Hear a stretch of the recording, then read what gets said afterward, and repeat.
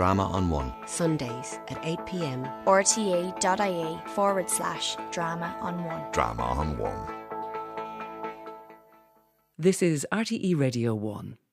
Drama on One is offered as a podcast at rte.ie/drama on one. And of course here on RTE Radio 1 on Sunday nights. Tonight on Drama on One, The Four-Faced Liar by Ger Fitzgibbon.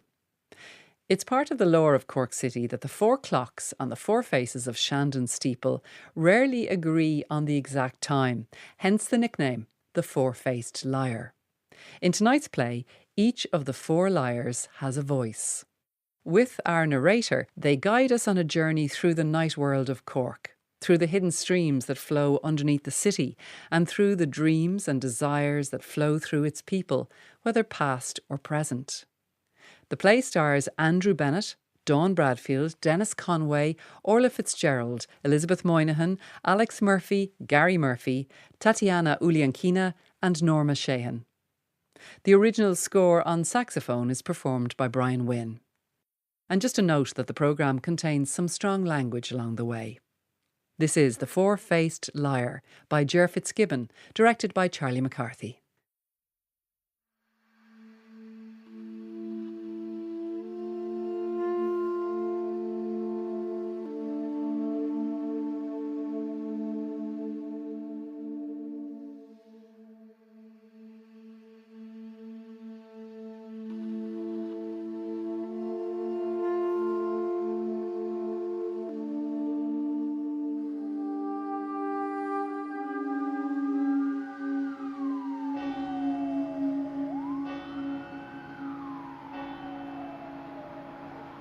It is 3 a.m.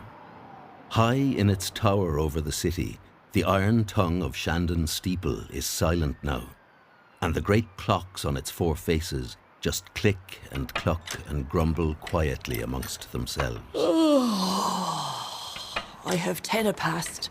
What if she? Don't mind her, she stopped altogether. I'm exactly 3. I'm nearly 3. A soft mist slips down the cascade of roofs towards the sluggish oil slick of the river, where the gulls dip and ride, half asleep on the cold black water. Who's that? Shh, that's the narrator. The early gulls... Excuse me for breathing, like. Who's he? Shh, I don't know. Maybe it's the goldie fish up on top. Shh. He sounds very posh, doesn't he? Yeah, he sounds kinda tall. I don't think he's from around here at all. Oh, he talks lovely, don't he? Shh, listen. The mist drifts down over Merchant's Quay and Patrick Street, where the roughish sleepers groan and turn in their unlit doorways.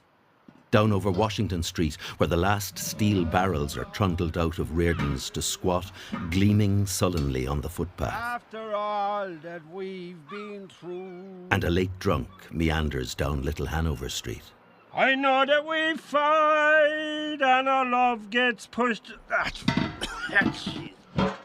Still it ends alright. Over at the courthouse, the mist curls around the pillars and down over the entrance steps below. The young lawyers, old guards, defendants and their colour parties are all gone now. The steps are empty, apart from two bleary revellers about whom the mist pauses and eddies. Will you look at him? Only 16 and 17. Oh, sure, God love us. She sits, her head hanging and her eyes shut tight as she struggles to keep a grip on the last remains of a fish supper. Go on, Caitlin, I'm telling you, you'll feel better. Shut up. I'm only saying, get it out. Shut up. Oh, Jesus, on me shoes and all. That's disgusting, that is. Do we have to have that, like?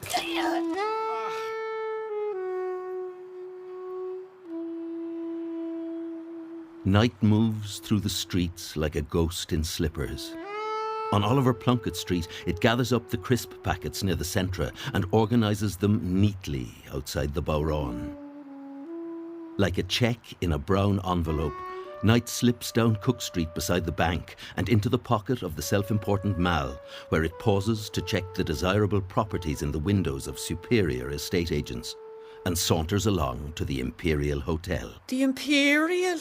There's posh.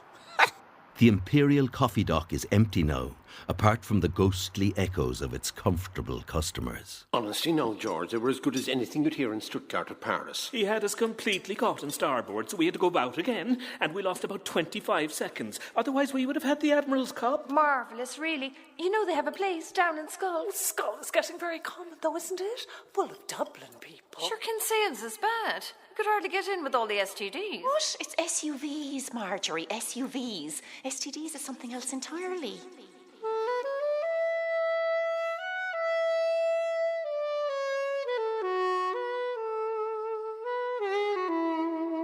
Knight slides down an alley past the Gothic skeleton of the Holy Trinity. Pauses on Parliament Bridge, then wanders down Sully's Quay towards Sober Lane. It leans on the iron balustrades by the river and exhales a ghostly miasma. It empties itself of all longings and regrets, would-haves and should-haves, in a slow turbulence of fears and desires that will haunt the dreams of the sleeping citizens. High up in Daunt Square, in the tiny bedroom of her tiny flat, Misha Pasternak, 34. runs down the slippery corridors of her dream, wrestling with her duvet as she reaches to catch up with her elusive desire. His eyes are all smiley like Brad Pitt. And his voice, oh my, his voice is like that foxy barman from the corner house. And just at the top of the stairs, I have him in my grasp. But suddenly, he's a fish in my fingers, and he wriggles, and he's gone with a flick and soft splash. Раз, два, меня укачал.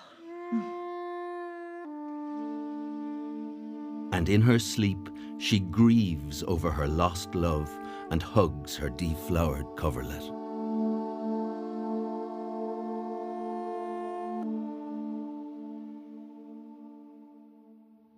Below the cathedral, in his sloping terrace, Bertie Murphy, 46. widower of this parish, carpenter and handyman, eases his aching shoulder and dreams of being A magician with a top hat and silky trousers, and I'm helping into a box that I made myself. My gorgeous assistant, that farm girl from the checkout in the builder supplier. Hello, Bertie. And she's all spangles and fishnet tights. As the kettle drum rolls, he flourishes his silver saw, draws it across the box to the oohs and ahs of the fascinated crowd.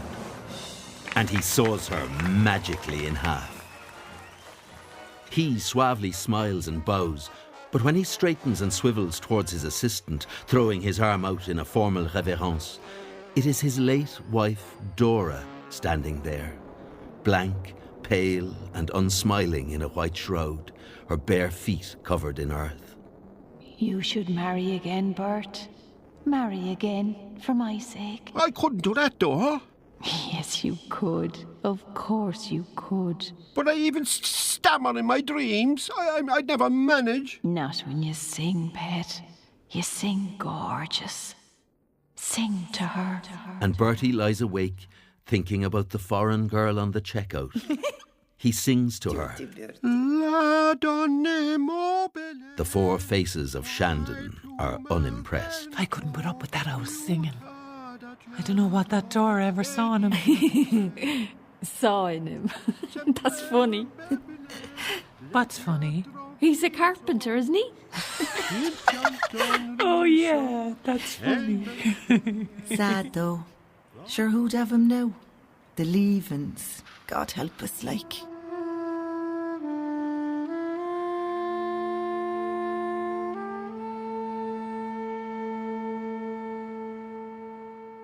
High up in St. Luke's Afric McKendrick, 16, if you must know. is asleep in bed. In her dream, Afric is on holiday with Roz, her new online BBF.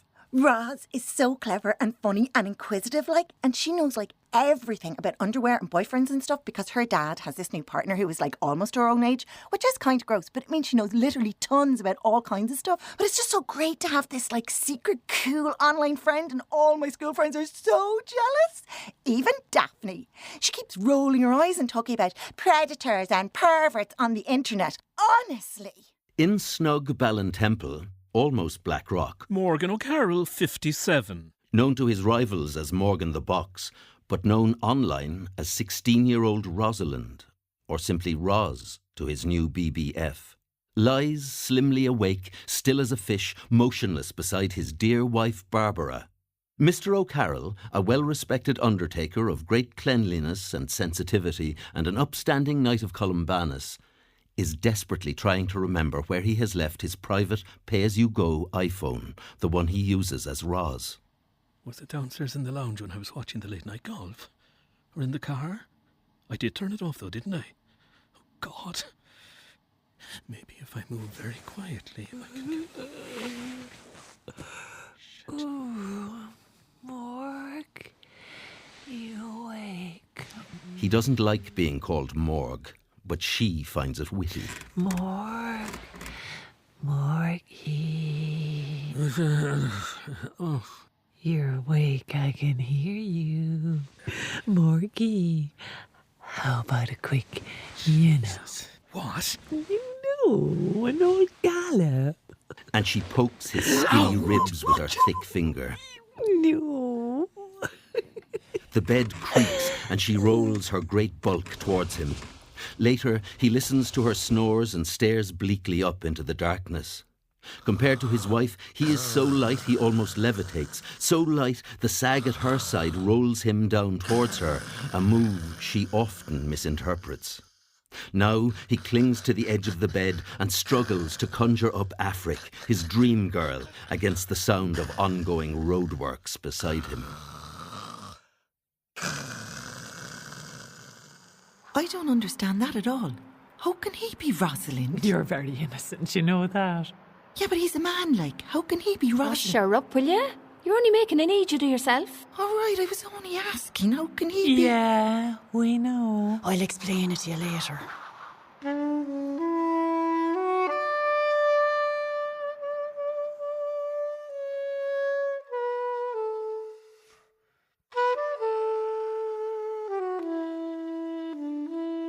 Back in the city, slow and exotic as a flamingo, a Garda car banks and slides onto Patrick Street.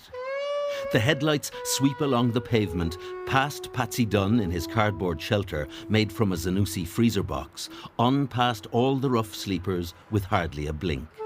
The car swings slowly around by Daunt Square and onto the Grand Parade, its headlights scanning the stragglers near Singer's Corner. But its grill is nosing the smell of curry and chips from Hillbilly's takeaway. The car pauses a moment to consider a drunk middle-aged man who is pissing into the ornamental fountain. Needs must when the bladder dries. God, would you look at that? I seen one before, girl. But in the fountain? I mean, has he no decency? Watch now. The guards are there. They'll do nothing. Useless. And sure enough, the Garda car glides on down towards Fleet Park, where the stone one-legged soldier stands in his lonely vigil beside the river. Up at the courthouse, in a shaded doorway, the young lovers are locked onto each other, mouth on mouth, in an adolescent frenzy of romance and dry humping. Ah, that's lovely, all right. Shut up and listen. Come on, Caitlin. You know you want to. Not here, I told you. And the mouths lock on again, so blearily passionate they would be hard-pressed to know which tongue was which, or whether the dizziness they were feeling was desire or drink, or simply forgetting to breathe.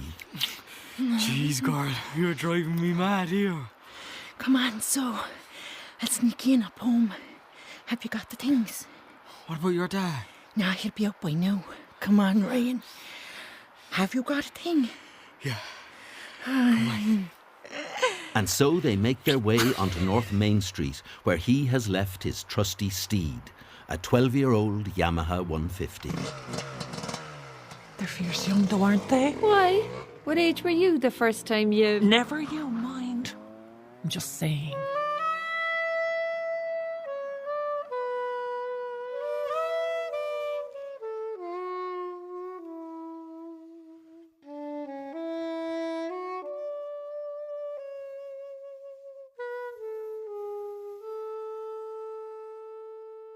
Away from the river, in duvet-like Douglas, deep, deep under a fine old-fashioned quilt from the Munster Arcade, Muriel Power, 78. Slow cooks quietly through the night.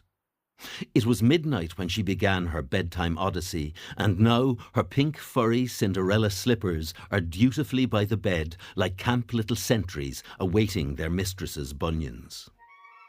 But in her dream she is roasting, surrounded by her Crawford Cafe companions, but next to a large fireplace, so she is toasting all down one side. Her companions have gone crazy, and vicious, lady-shaped nuns with fiery hats poke her with knitting needles towards the waiting flames, where she will roast and roast until she pops up like a piece of toast, wide awake. God almighty, that was awful. I have to cool down.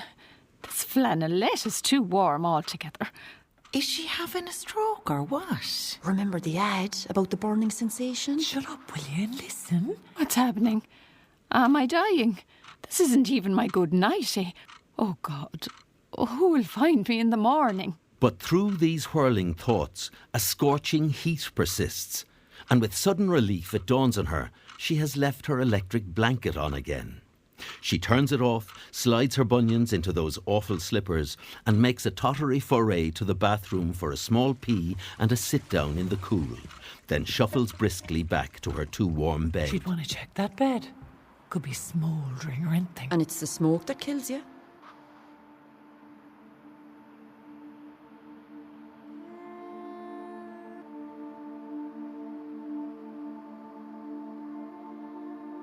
Like an animal following the darkness, the night mist slinks around the streets, its cloudy breath veiling the full moon. It smells the old river courses that run like veins under the city, the weft and plash of hidden waters, Ishkafuiholov, and it follows them, sniffing the ground. It drifts around the fountain where the drunk man, who, now that he has raised his head, we can see is Gussie Barrett, 61. Hey, that's Gussie Barrett. It's not Gussie, is it? Wasn't he Lord Mayor one time? He looks kind of wrecked, don't he? Sure you know about him, don't you? What about him? Tell you later. Look at him, lad, going round in circles. That's all he ever did. Gussie does seem to have lost his companions, his sense of direction, and his zip, as he revolves in a baffled circle, searching for a familiar landmark to point his way home, and realising, too late, that the Garda car had put him off his stride and that he hadn't quite finished the business he had started. As I sweep the streets of Cork. Where they all gone? Shaggles. Where they all gone? The state of him. Like a damp cat, the night mist rubs its cheek against the old bollard at the corner of Tuckey Street, hearing the gurgle of the culverts beneath. It hangs there, in the spaces near the monument, empty of skateboarders now. And finding the library closed, it curls around itself and sits listening to the city's slow music.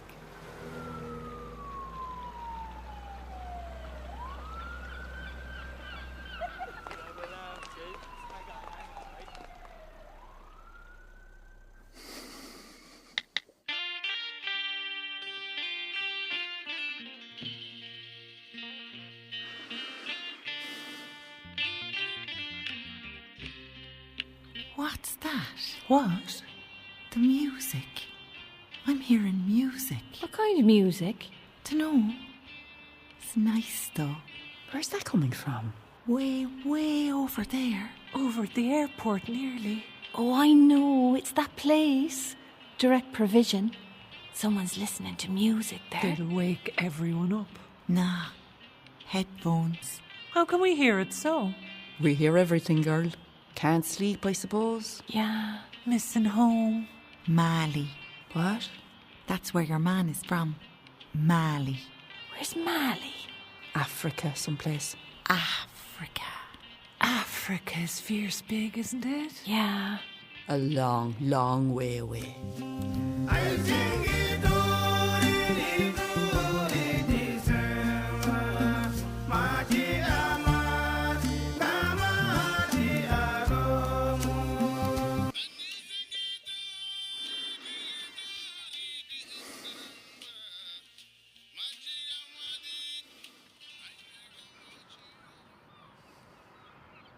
Not everyone is asleep.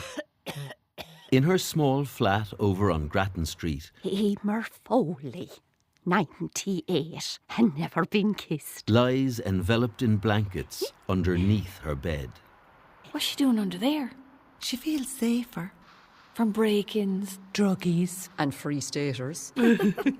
She has a kitchen knife and her dad's old Webley revolver. You wouldn't want to mess with her. She lies there, staring at the shadows on the wall and plotting the overthrow of the coalition government. Where are you, Dada? Dada? Are you still out there? In the long grass with your Mauser? Are you still there, Dada? Yes, Emer. I'm still here. I'm still here, Macree. What are you doing there, Dada? Killing black and tans, is it? Or free staters? Standing guard the store. Standing guard. Over what, Dada? Over what? Over the woodland grave of the friend that I killed. But you know nothing of that, Milanov. You know nothing of that. I'll kill them all for you, Dada. Honestly. I have placards. Oh, they hate placards. Mahan Colleen, keep the faith. Faith of our fathers, Dada. Faith of our fathers living still. In spite of dungeon fire and sword.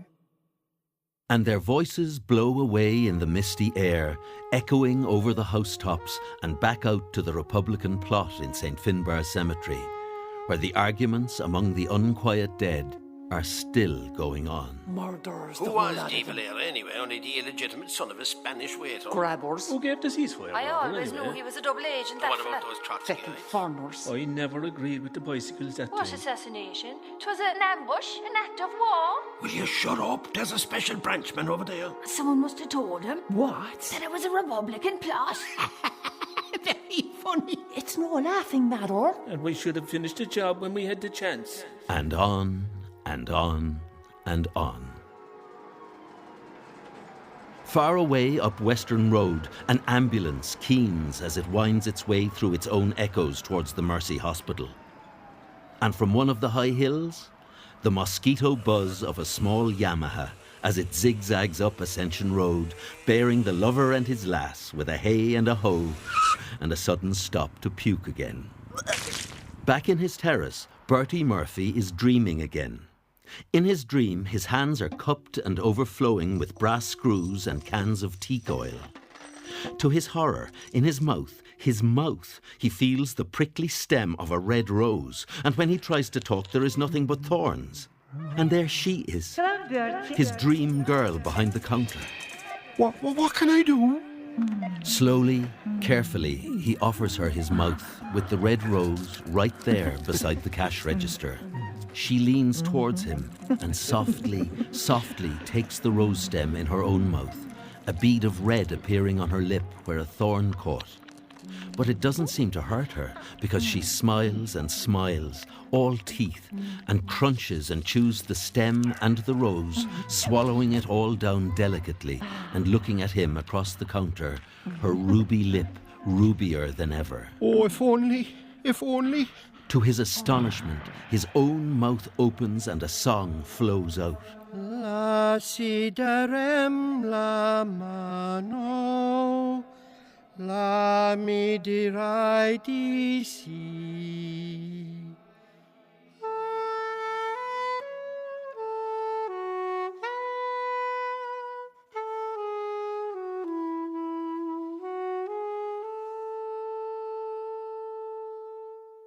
On Grand Parade, between the culverted streams and the hanging mist, Gorda Karen Crean, 32. keeps the engine of the Garda car running, adding its own little self-important plumes to the gathering smog as the windows of her patients steam up. There is no sign of her partner, Dan Considine, 25. who went to check on the man exposing himself near the fountain 15 minutes ago. You stay there, girl. Chillax. The car is clammy and uncomfortable, and her uniform feels too tight, so she is in no humour for the antics of her lazy patrol buddy.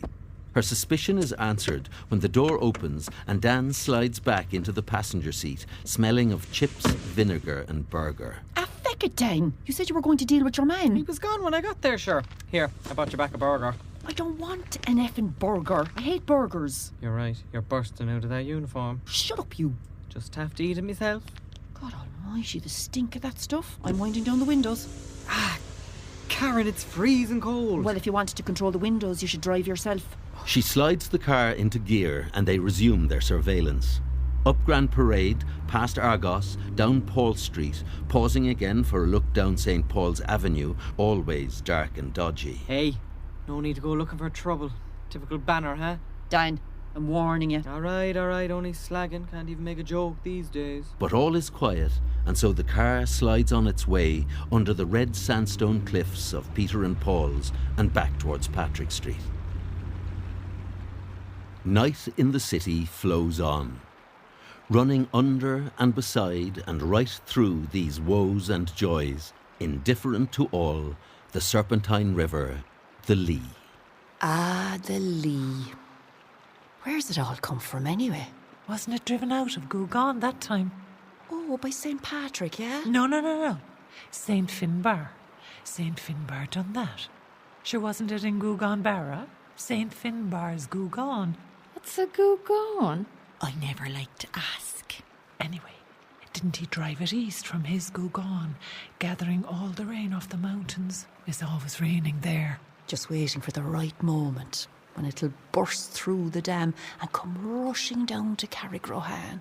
Washing the bones in the graves by the river. Grabbing the ankles of swimmers out in hellhole. Flooding over the Lee fields and into the city. Unnoticed by the Four Faces, His Honour Gussie Barrett has made it as far as the bus station, onwards across 4 lanes of miraculously empty quay towards the riverside.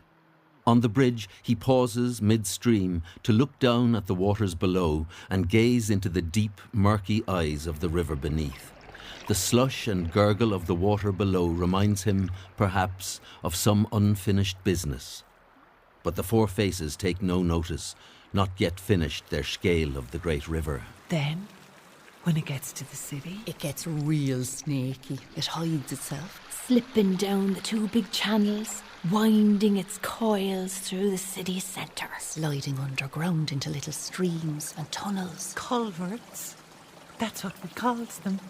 Culverts. Like veins through the city. Beneath the Cold Quay and Patrick Street. And Grand Parade and the Mall. Rushing under the roads themselves. And it slides right through and under the city and out the other side. Pushing all the way through, away out, free, into Cork Harbour, on a past Grabble Bay, and off out into the salty sea. That's the river for you now. Look! Oh, God. Is he going to jump? Oh, jeez, no, not another one. Look too long in the eyes of the river. Look, La. He's leaning over and staring straight down. God love us. Yeah, tragic. Look! Tragic, me arse. He's only having a slash in the river. Come here. That's Gussie Barrett again. What's wrong with him? He's after having a few jars. What goes in must come out. No, but seriously. Got caught dipping the funds, didn't he? 1 for you, 2 for me, you know, that kind of thing. And he lost his wife and all. He nearly lost himself by the look of him. The long COVID. No. Yeah, terrible. Couldn't speak to her or anything. Sure, they didn't speak to each other for years. Still terrible. He's on the jar ever since. And so they go, recounting Gussie's crimes and misdemeanours on into the night.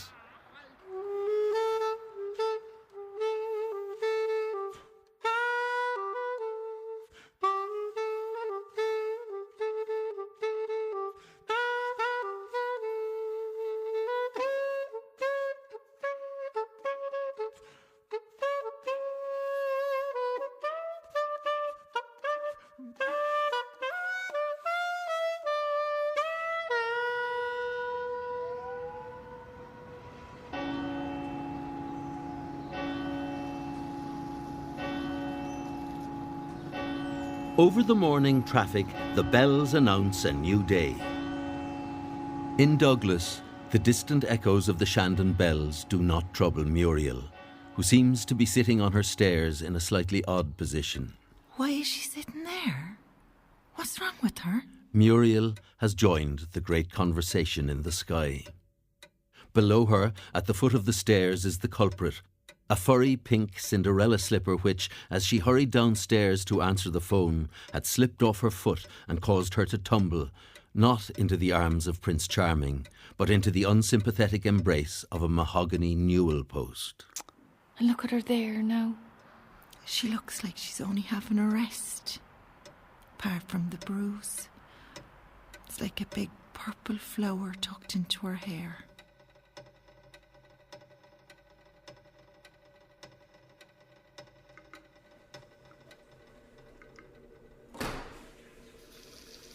Garda Karen Crean, off duty and back in civvies, is sitting on a toilet seat. She holds a small plastic device in her hand and watches intently as the colour changes ever so slowly. A faint blue cross appears. Positive. Fuck. Up Ascension Road, a 12-year-old Yamaha 150 is lying wrecked in a ditch across the road from the girlfriend's father's front gate. It lies where Caitlin's da, who was not out of it, picked it up and threw it last night to express his disapproval of Ryan. Above St. Luke's, Afric is in her hallway, a piece of toast sticking out of her mouth. She checks her phone, then glares around her, looking for a pair of hockey boots which have mysteriously disappeared from the place she absolutely left them. It's so unfair. I know I put them out this morning. Why can't everyone just leave my stuff alone? In sunny Ballintemple, Morgan the Box is up, breakfasted, dressed and dapper, making last adjustments to his person for a 10 a.m. funeral. Big Fianna Fáil funeral. The press will be there. Chair at the local coming. His people come from Buttevant or somewhere. They'll all be down in their anoraks, smelling of brandy and horses. Married money, though. Lovely house in Blackrock. Always very smart. You'd never think he was Fianna Fáil. As the car eases along towards the church, Morgan congratulates himself quietly. Damn it, Afric. Later, can't deal with Afric just now. But as he pulls into his priority parking space, he catches a glimpse of a large, crude placard with the words Quislings, Traitors, Collaborators. Sitting on the front steps of the church, a small, defiant figure swaddled in layers of coats topped with a black bin bag and a 1950s hat. Sure, God love us. And she great all the same, though. Never misses a big funeral. Mad as a box of frogs, of course. And the placards and all. There's Morgan the Box now. Look at the puss on him. Watch now, watch now. Look, the old smile on him, trying to charm her. Barking up the wrong tree there, Morgan, old son. Good morning, Mrs. Foley. And how are you today? Fuck off. Now, Mrs. Foley. Language, please. We all understand you have very strong feelings about situations. Leave me alone, you blue shirt, you. You're as bad as them. Dev's warriors with their dig-outs and their checks from big fella, and their Chevy shirts, and their backhanders, and their... Now, Mrs. Foley, you can't be making an exhibition of yourself. Don't you tell me what I can or I can't do. Are you threatening me? Help! Help! He's threatening an old woman! He's threatening an old woman! We will be true to thee till death!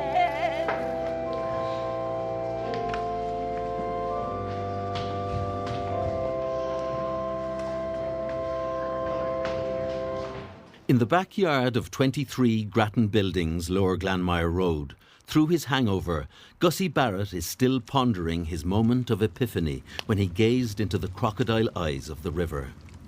He is stoking a small bonfire near his waste bins. In the tiny yard, no matter which way he moves, the smoke follows him and gets in his eyes. He throws some more paraffin on the embers and adds some more clothes. He knows he should take them to one of the charity shops on North Main Street, but... I just couldn't do it, girl. I'd be there walking down Paul Street someday and suddenly there you'd be in front of me. Your good coat and hat, crossing the road. Nah, 'twould kill me. And after the hymns of the COVID funeral and all, nah. Oh, Gussie, my good coat going up in smoke like that. But then you never liked it. I did so like it. And the lovely red hat. That time we met Jack Charlton. I know, so. Why don't you give it to Madge? Too small for her. She didn't want it. Listen now. You're gone and I'm sending them after you so as you can have the use of them. And one by one, the smart jackets and little hats and silky scarves and blouses blacken on the fire and billow out acrid smoke, rising up out of the small back garden, past the little apple tree that never bore an apple, and away they go, spiralling up the hillside to make a soft landfall in the hanging gardens of Lover's Walk. You always wanted to move to Montanati. Well, there you are now. Gussie brings out the last of his hidden bottles, takes one bracing swig and enlivens the bonfire with the remains before chucking the bottle in the bin. That's that for me. My last and final drink. Never, ever again.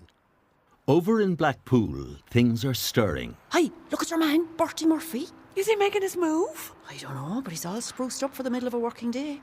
At lunchtime, Bertie Murphy finally has a chance to go to the builder's suppliers, doused in the oldest Old Spice. Christmas 1998, with love from Dora. He is stalking the aisles of the deserted shop, trailing the manly scent of desperation behind him and searching for plausible stuff to buy while he waits for the counter to be quiet and Misha on duty. Carriage bolts, yeah, always handy. And oh yeah, them brass counter-sunk wood screws, yeah. And oh, feck, Johnny asked me to pick up some slop hoppers. That'll do. And oh yeah, some sandpaper. Fine. Extra fine. That way she'll know I'm not just a mulliker, but I do tasty work. Suddenly, she is there, and he approaches the counter again. He now has a tin of shellac sticking out of his pocket and a couple of slop hoppers cradled in one arm. Hello, Bertie. You're not usually here this time. You are early. Oh, you know, the early worm gets the... Oh, the early worm gets the bird. Is that it? Yes. Bertie blushes deeply. Jesus, what did he say? But she is still smiling as she scans the items into her machine, smiling as if he has made a joke. He places all his purchases on the counter. And these are? What are these called? Slop hoppers. You're joking, yes? You're very funny today. No, that's what they are, all right. Hoppers for slops, like. You'll be telling me next you want a left-handed screwdriver. I know you, man. You joke all the time. Yeah. Just give me a moment to check price on this. As she turns to a computer screen beside her, Bertie has time to compose himself and to notice the wonderful shape she makes on her high stool. You like Mozart? What? Mozart, Don Giovanni. You are Don Giovanni, Bertie, the great lover. I never heard your musical before. No, well, you'd be so surprised. You are a singer, yes? Oh, I love singing. Okay, here's your docket. Sign here for them. Charging, yes? Sign here. She holds out to him a small stub of a pencil. Bertie signs the docket, but as he goes to hand it back, he is suddenly inspired. He holds it up, transfers it to his other hand, and claps that hand to his mouth and eats it. It's gone. You eat my pencil. Where'd it go? He blinks, shrugs, looks at her. She laughs. Then he looks at her left ear, looks puzzled. She frowns, wondering what is wrong. Very slowly, he reaches forward and, with a sudden movement, pulls the pencil out of her ear and hands it back to her. She laughs and claps. Bertie, you're magic man. Only one trick, though. I don't believe this. I'm sure you have many other tricks. You show me sometime. Sure. I would like that, Bertie. He nods, smiling and blushing to the roots of his thinning hair, turns and takes flight, awkward as a heron, dazzled with happiness, out of the shop and away into the bright afternoon sky.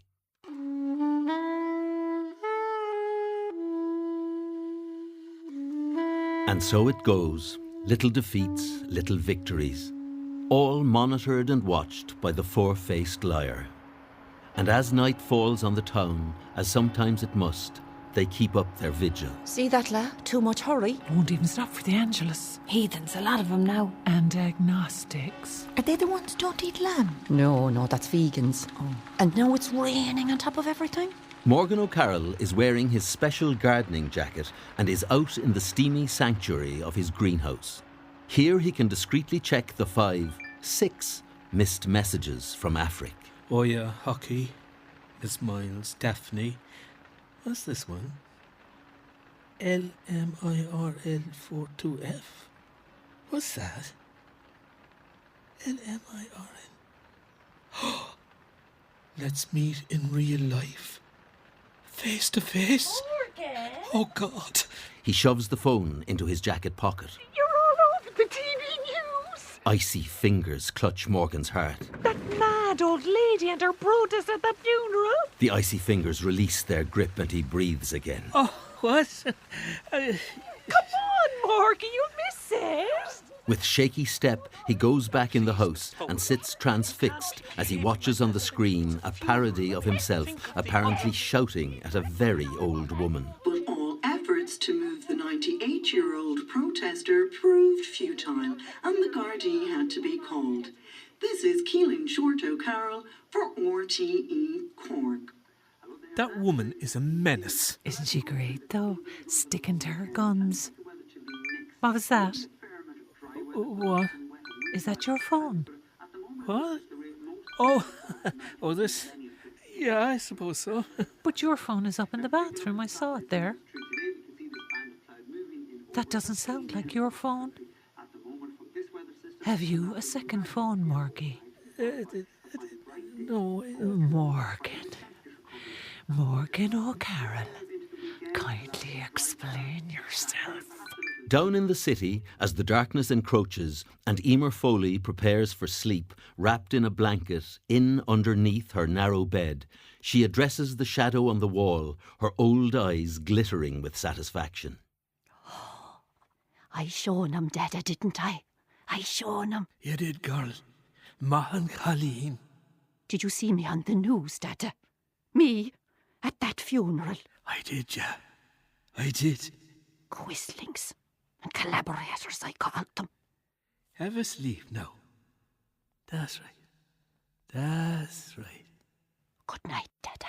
And she closes her eyes and moves majestically into sleep at the head of a great army of bin bags and cardboard placards.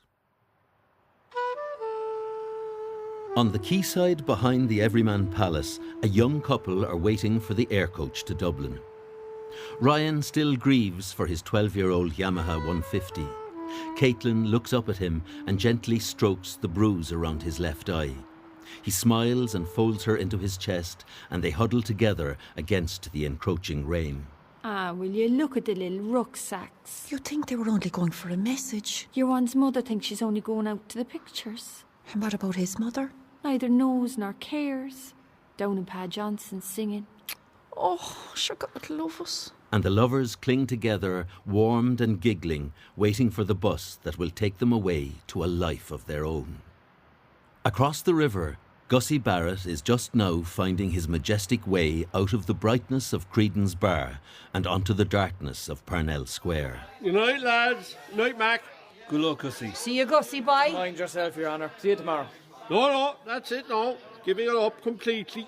Go way out of that. Yeah, just thought I'd drop in for a parting glass, Last few pints, like. Night now. Parting glass. Night, Gussie. Oh, you're like I believe that when I see it. Long Gus. And Gussie saunters grandly towards home like the Lord Mayor he once was.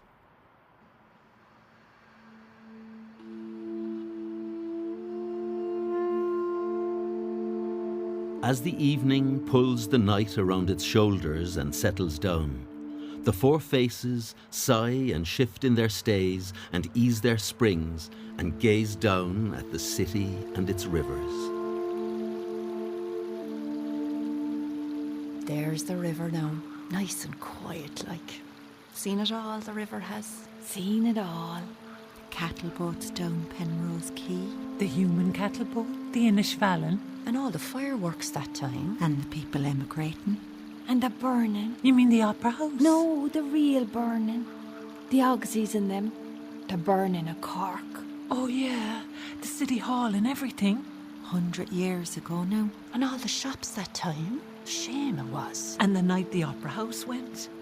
Ah, the poor old opera house. It was beautiful, all curves and gills. You're not talking about your one who used to work Emmett Place? Yeah, she was definitely all curves and gilt. Shut up. It was beautiful, lovely plump seats. Oh, yeah, she had one of them too. Pay no attention to them. You're perfectly right. 100 years it was standing. And burnt to the ground in a few hours. Maybe that's the way of it. What? Things stand for 100 years and then they burn down. And you start again. Still, it's lovely now. And the river seen it all.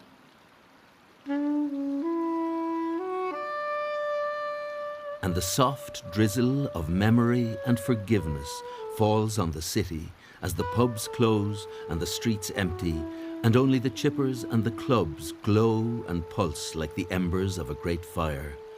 And the city turns again towards sleep. Hey, there's Gussie Barrett again, look, on the new bridge. Is he pissing in the river again? No, he's singing. Listen. Oh, sounds of wild wood in the days of childhood ring round my cradle their magic spells. And this I ponder where'er I wander, and dost grow fonder, sweet cock of thee, while the bells of Shannon sound far more grand on the pleasant waters of the River Lee.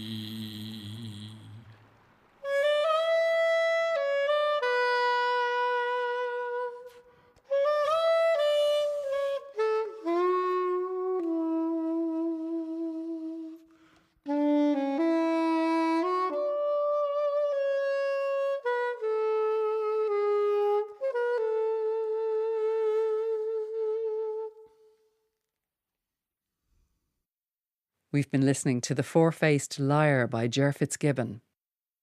The narrator was Andrew Bennett.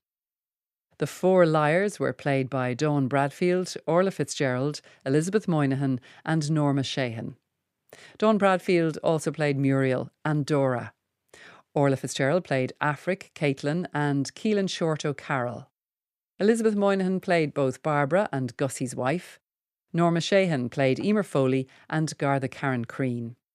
Dennis Conway played Gussie Barrett and Bertie Murphy. Alex Murphy played Ryan and Gartha Dan Considine.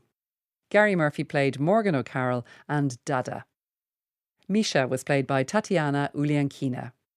Other roles were played by members of the company, and the original score on saxophone was performed by Brian Wynne. Sound supervision and sound design were by Ruth Kennington. The Four-Faced Liar by Ger Fitzgibbon was directed by Charlie McCarthy. The producer was Kevin Brew, and the series producer of Drama on One is Kevin Reynolds. Extra production support was by Goretti Slavin. And if you'd like to listen back to The Four-Faced Liar, take a look at our website, rte.ie/drama on one. An earlier version of this work was originally produced at the Everyman Theatre in Cork as part of the Play It By Ear audio drama series of 2021. rte.ie/drama on one.